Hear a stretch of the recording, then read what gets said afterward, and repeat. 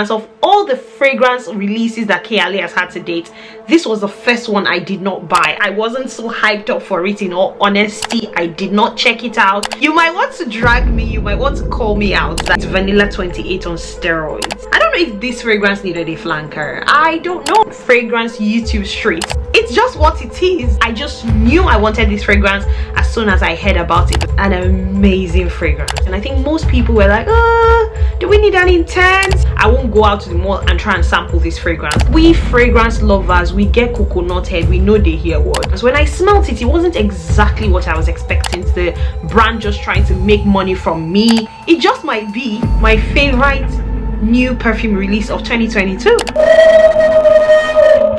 baby in the building. It's gonna have that sort of reaction. My people, welcome back to my channel. I make videos to help you smell good, look good, and feel good. It's Miss Prissy, baby. Please subscribe, I'm hungry. Let's get comfortable because I'm about to film. Alright, Bambies, let's do this.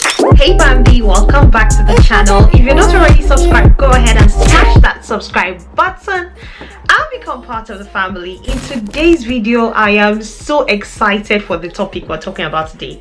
You see today's one? This one I am excited about. I will be bringing you the top new perfume releases of 2022. One of the first videos I did at the beginning of this year, I filmed at the beginning of this year on my channel, I was talking about new perfume releases for the year, whether I was going to buy them, how I felt about them. I'll be telling you some of the fragrances that are going to be launched in 2022. I can't believe that we're already in November. Christmas merch is in full blown. Everywhere you go, the bells are jingling. Like it's jingle bells, jingle bells. Okay, scratch that.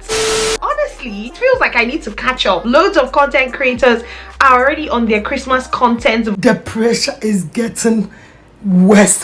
Vlogmas, I can already kind of smell it in the atmosphere. So I thought, why don't I come on here and talk about perfume releases through the year, how I feel about them. More importantly, I want you to comment down in the comment section what has been your favorite new perfume release of 2022. I don't know what mine has been, but maybe I will tell you when we get to the end of this video. So without further ado, let's get right into the video. Starting off in January, we had a new release from the house of Hugo Boss. The name of the perfume was Boss the Scent Le Parfum for Her. The fragrance I have from Hugo Boss is Le Parfum.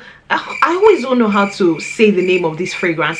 Oh yeah, the Scent Private Accord. That is not correct. This is an orange chocolatey sort of gourmand fragrance. Very yummy, very winteresque. Like it's a sort of fragrance that smells like comfort food. Not like comfort food, it just smells like chocolate, like orange chocolate. Hugo Boss released another version of this fragrance in January. Just like with the range, most of them are called Le Parfum. It's just that they add something. This one is Private Accord. The latest release was the Scent Le Parfum, and it's a feminine fragrance. Now the main accords of this fragrance is woody, white floral, oud, earthy, warm, spicy, patchouli. I imagine that it will be a heavy patchouli scent. I did not smell this fragrance. I wasn't so hyped up for it, in all honesty. I did not check it out.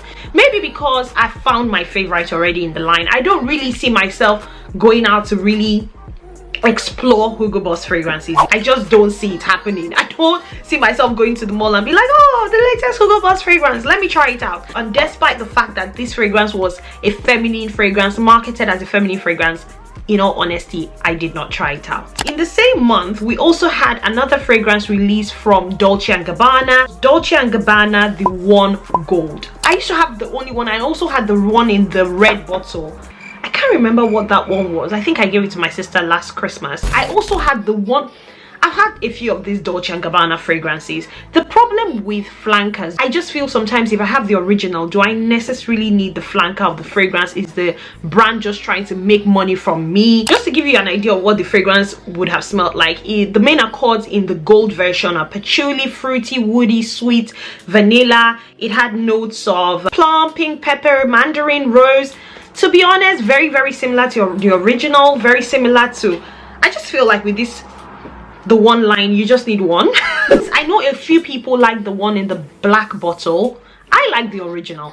I like this one. I think it smells very creamy, very nice, but very designer-esque as well. Those were the major fragrance releases in January. Now moving very swiftly to February. February brought me an amazing fragrance. In fact, you might want to drag me, you might want to call me out that I talk about this fragrance all the time, but it's just what it is. It just might be my favorite new perfume release of 2022. February brought me Magenta Tanzanite from the house of Armani Privé.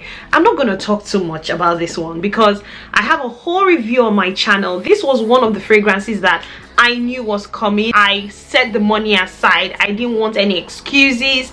I didn't want to be left behind. I didn't want FOMO. I just knew I wanted this fragrance as soon as I heard about it the first time. It is a smoky, oh, it just smells like incense. It's got some marinade, it's got some rum in it. It's like boozy but at the same time smoky, but at the same time a very unique fragrance. So February, Magenta Tanzanite. Moving on to the month of March. The month of March came with a fragrance called La Nuit Tresor Intense. If you're very familiar with this fragrance YouTube streets, then you know that La Nuit Tresor à la Folie is one of the favorites of most people who like vanilla fragrances. When it was announced that they were coming out with an intense version, I think most people were like, do we need an intense? I don't know if it was well received in the fragrance community. I think people were excited for it, but I wouldn't say that I saw loads of people like go out and absolutely purchase La Nuit Tresor Intense, because I think La Nuit Tresor à la Folie had people on chokehold. Most people, including myself, are already very loyal to La Nuit Tresor à la Folie. I did put a video out on the channel, so if you want to hear all about La Nuit Tresor Intense, my thoughts, my initial thoughts about the fragrance, then go down, scroll down, and you'll probably find it on my channel. The month of April came with a fragrance from the house of Dior called Miss Dior Essence, Miss Dior Rose Essence. The original Miss Dior, I think, comes in a bottle with a bow on it. The way loads of people talk about that fragrance, when I smelled it, it wasn't exactly what I was expecting. To me, it smelled very vintage and very 80s, very grown. I like to smell girly rather than like overly grown. I've never smelled the fragrance. I don't know what it smells like, and I don't even think I'm still interested in knowing what it smells like. I won't go out to the mall and try and sample this fragrance. I also don't think it was massively hyped in the fragrance community compared to some other fragrances that I have talked about in this video. Let's just say April came and April left. More people were focused on other things like celebrating Easter. Miss Dior Rose did not get enough love. I move on. The month of May though, the month of May came with Lancome Idol, a flanker version called Nectar. I saw a few people talk about this one. I did see a couple of videos on YouTube about this fragrance, but again, I have the original Idol, which I absolutely love. I wasn't massively hyped up about this Nectar version.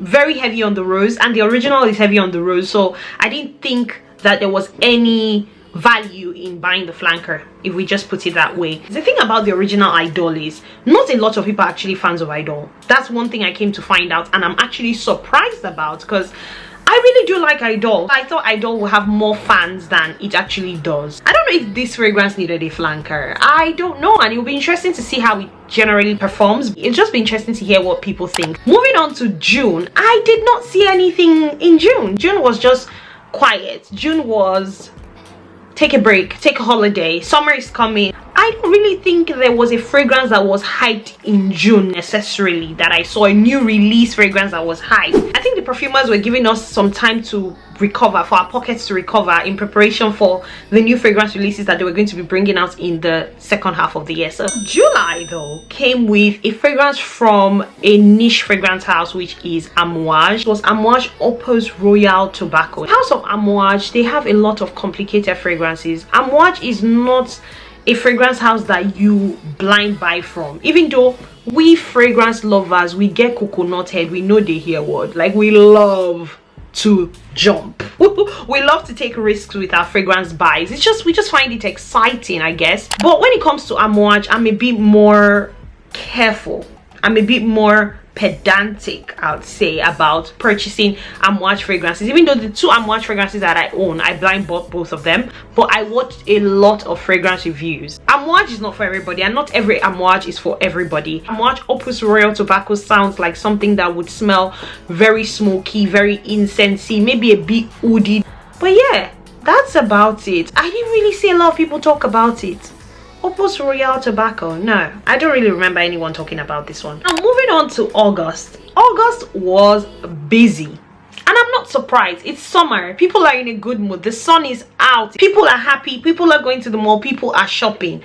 It's a really good time to release your fragrance. We had 2 fragrance releases that loads of people were talking about. Number 1 was from the house of Kayali. It was Kayali Lovefest Burning Cherry. I don't own this fragrance. Of all the fragrance releases that Kayali has had to date, this was the first one I did not buy as soon as it got released. Loads of people said that this fragrance smelled like Tom Ford Lost Cherry, which I once owned. And so as soon as I bought that fragrance, it came into my collection, I got rid of it because the performance on Tom Ford Lost Cherry was just not giving.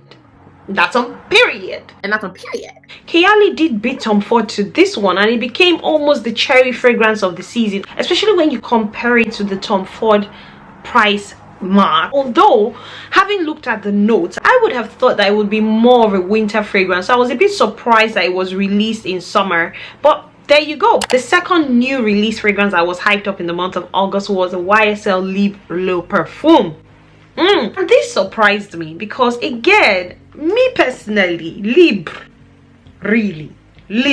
Libre, sorry, or Libre, I don't know what the pronunciation is. I am not a massive fan of Libre. In fact, the only reason I've still got my Libre is because I own it in a limited edition bottle. I'm just going to show you guys. It is in this limited edition bottle, this cheetah print bottle. That's the only reason I'm not going to let it go, because obviously it's a limited edition. Why would I let it go? The content of the perfume is not necessarily my fave. I think it smells very powdery, heavy on the lavender, although the Le Parfum Intense that was released, loads of people said that it was nicer because it had more vanilla in it. I can imagine Libre with a bit more vanilla, definitely smelling sweeter and smelling better. Moving on to September, just 2 months ago thinking about it, but I can't believe the year is almost over. September brought us a fragrance from the house of Prada. Prada has come back in season. Prada is one of the really trendy, apart from LiQWYD and LiQWYD, I think that's pronunciation, that is also really trendy at the moment. Prada is also very trendy. Their sunglasses,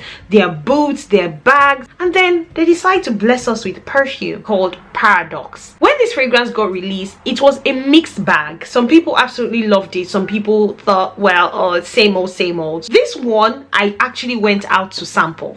I just had to go sample it. It's a really lovely, girly, floral, almost floral fruity, I would say, sort of fragrance, but more heavy on the floral notes. I did not purchase it. Do I have it on my list? Yes. Is it something that I'm like, oh, if I don't own it, I'm not going to sleep? No.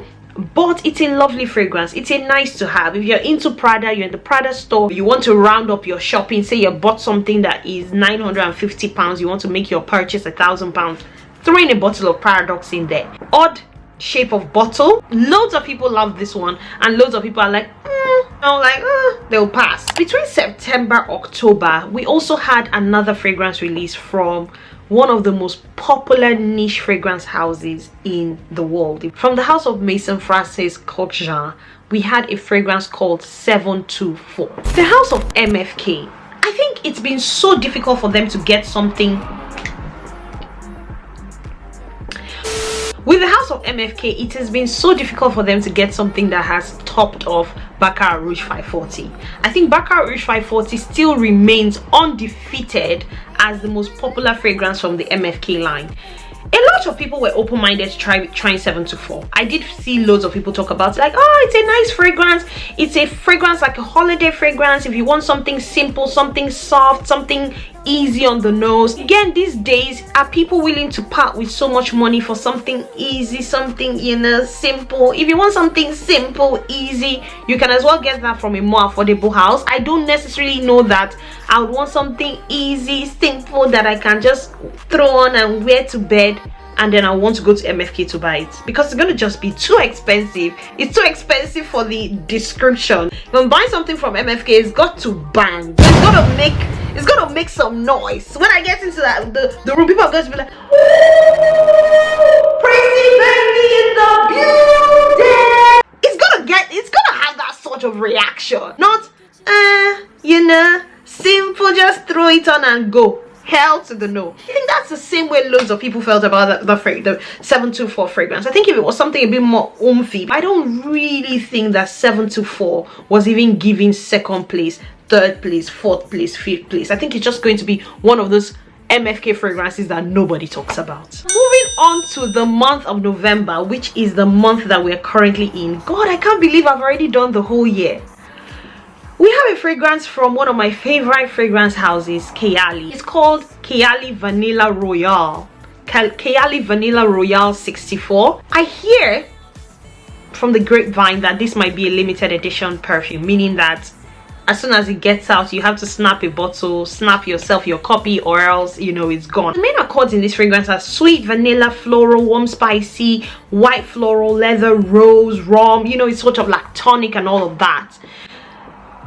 I have not watched any reviews on this fragrance just yet because I'm toying with the idea of getting it, and that's because one of my favorite vanilla fragrances is from the house of Kayali, and it's Vanilla 28. This is a beautiful vanilla fragrance. If you're looking for something that will go with everything, an everyday easy-going fragrance, it is Vanilla 28. So I'm just very intrigued, like, what does this Vanilla Royale smell like? I just hope it's Vanilla 28 on steroids.